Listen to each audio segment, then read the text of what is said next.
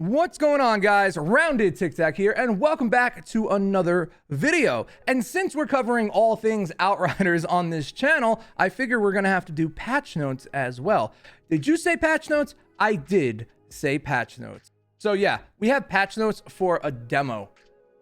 Unheard of, absolutely unheard of, that the developers care so much about their game that they're trying to work with the community as much as possible, taking community feedback and patching certain things and updating certain things for the demo. This isn't even full release. That's just crazy to me. That really, coming from the previous game I played, is absolutely bonkers. But I just want to hit some pertinent information on the Reddit patch notes. So we're going to talk about that.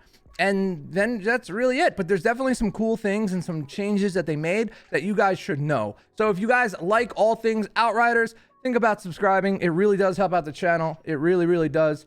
Let's get into the patch notes. These are posted on Reddit. The link for this will be down in the description below, so feel free to click that and follow along if you would like to. It starts with, "Hello everyone. It's hard to believe that a week has already flown by since we released Outriders.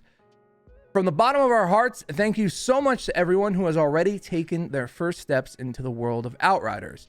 Since the demo launch, we've closely watched over 2 million players download the game. 2 million players in 1 week is pretty damn good.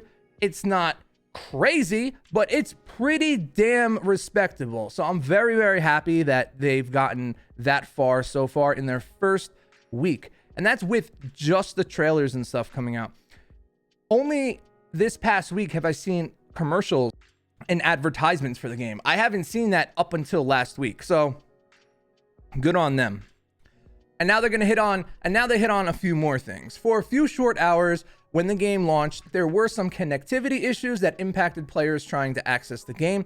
To cut a long story short, while our plan for infrastructure was ready for the raw number of total expected players, the speed at which those players were joining the demo during those first few hours surpassed even our expectations. So while our backend system scaled automatically and according to player population demand, they were unable to scale fast enough at the time.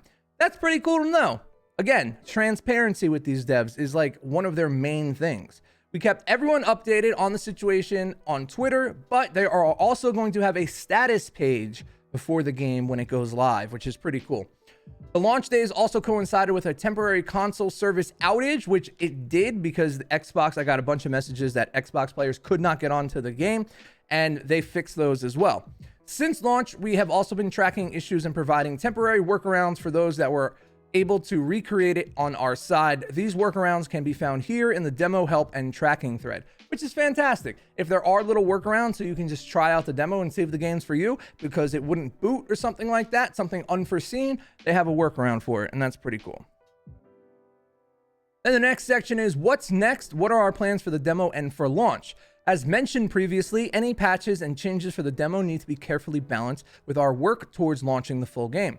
Nevertheless, here are our plans for the future of the demo. I cannot believe they're patching a demo. I can't get over it.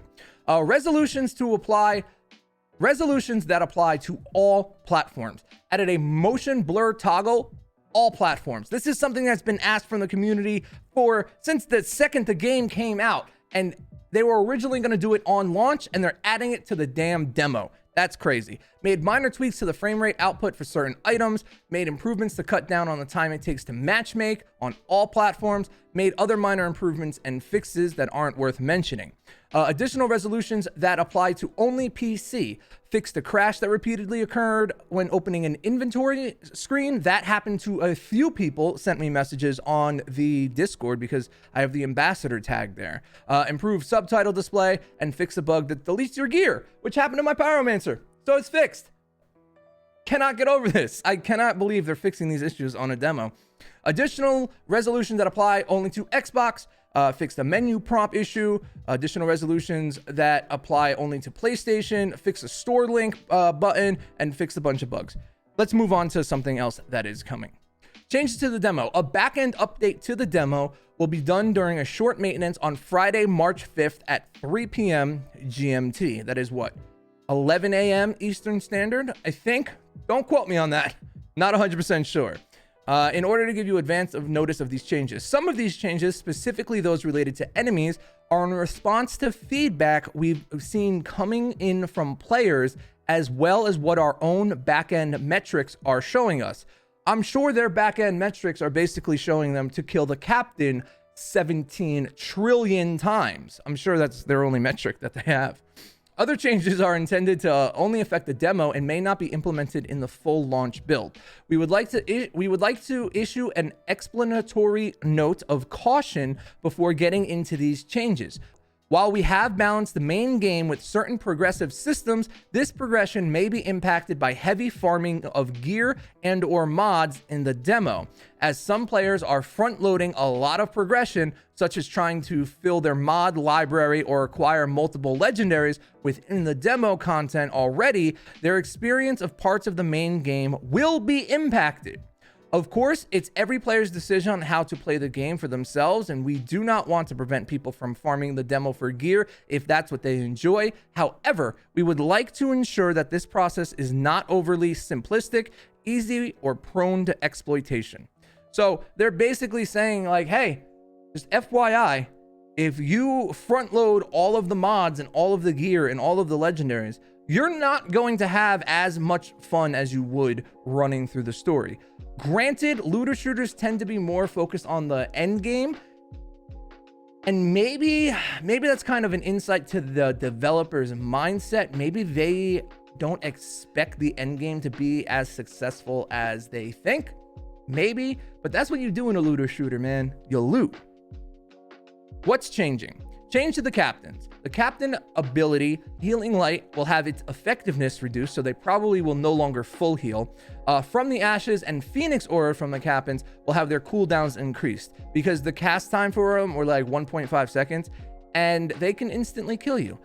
Also, something to note, I've been browsing a lot of Twitch streams, a lot. And even with the videos that I've put out and other YouTubers and stuff have put out, a lot of people are still playing this game as a straight up cover shooter and are having a very difficult time. So I can understand these captain nerfs, because if you're playing the game as a looter or as a cover shooter and you're not geared enough to take down the captains in less than a second, they can be tough fights, especially with certain modifiers like the Wandering Flame or the little spinny things or the Phoenix Aura. Things like that can make the game pretty hard until you're fully scaled up in whatever world tier you are. So, I mean, I do get it. Changes to Gauss. Gauss will have his health points increased for repeat playthroughs. I'm not sure if they mean like in the demo or if they mean like for the entire game. And how much does it scale? How far does it go up? I don't know. Well, you're going to have to see. And then here's the big one that's very important. Changes to loot drops.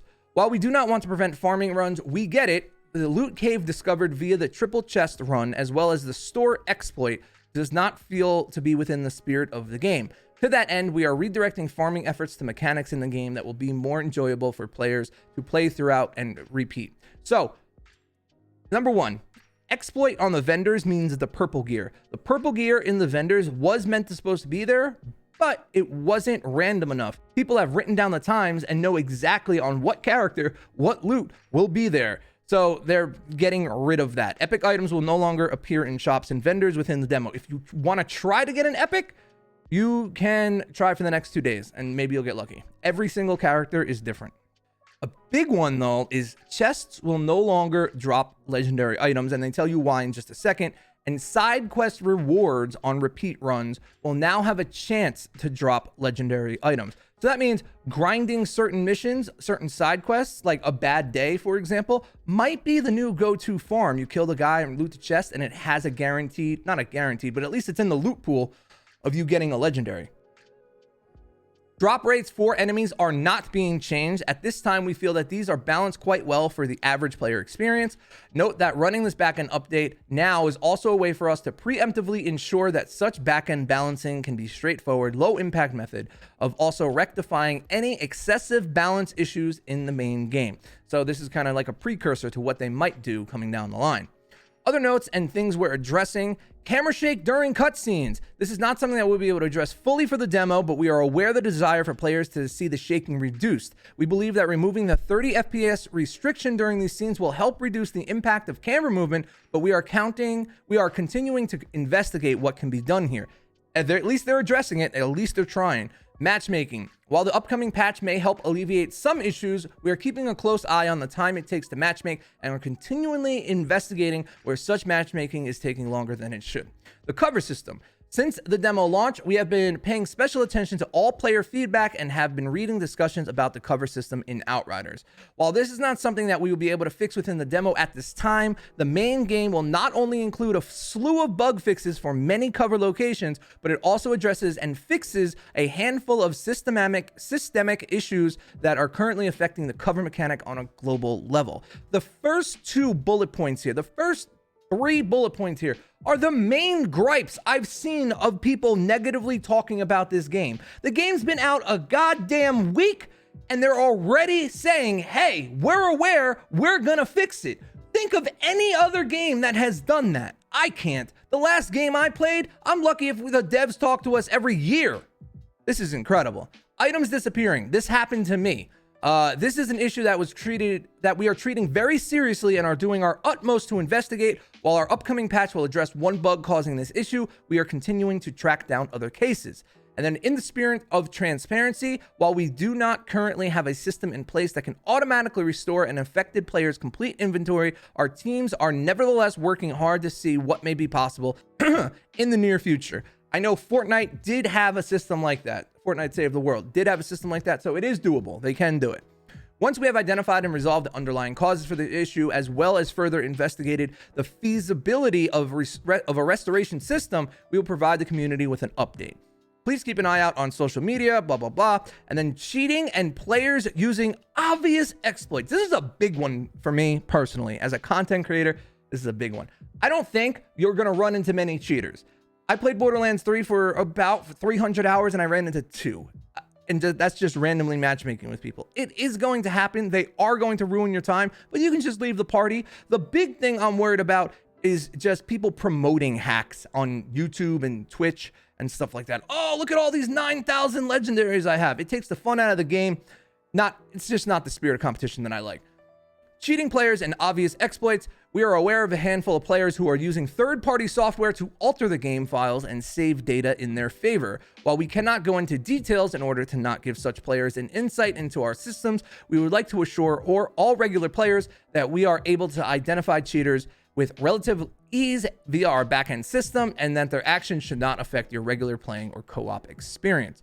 Finally, while we are continuing to work hard on polishing the main game ready for launch on April 1st, we are continuing to track player feedback and bugs coming out of the demo. We would like to close out this update by once again thanking everyone for playing Outriders and sharing your feelings about it with us here. We can't wait for you to experience the full journey. Again, I'm going to post this down in the comments below, or down in the description, and probably pin it as a first comment. Listen, real talk. Somebody coming from Save the World community where the communication was nil, there was barely any. This transparency from such an early point of the game is refreshing. Hopefully it stays this way. Is it going to? I don't know, but hopefully it does, because this is what is needed in the game. Big companies need to take note as a smaller AAA studio, PCF, is handling their community. They're doing it with poise, and it's such a nice change of pace that I literally am flabbergasted, because it's so different than what we're used to, and that's a sad thing. Those are the patch notes for the demo. Thank you guys so much for watching. If you liked this video, please give it a thumbs up. Think about subscribing for more Gears, Guide, and gameplay. My name's Rounded Tic Tac. I will see you on the next one. Tic Tac out.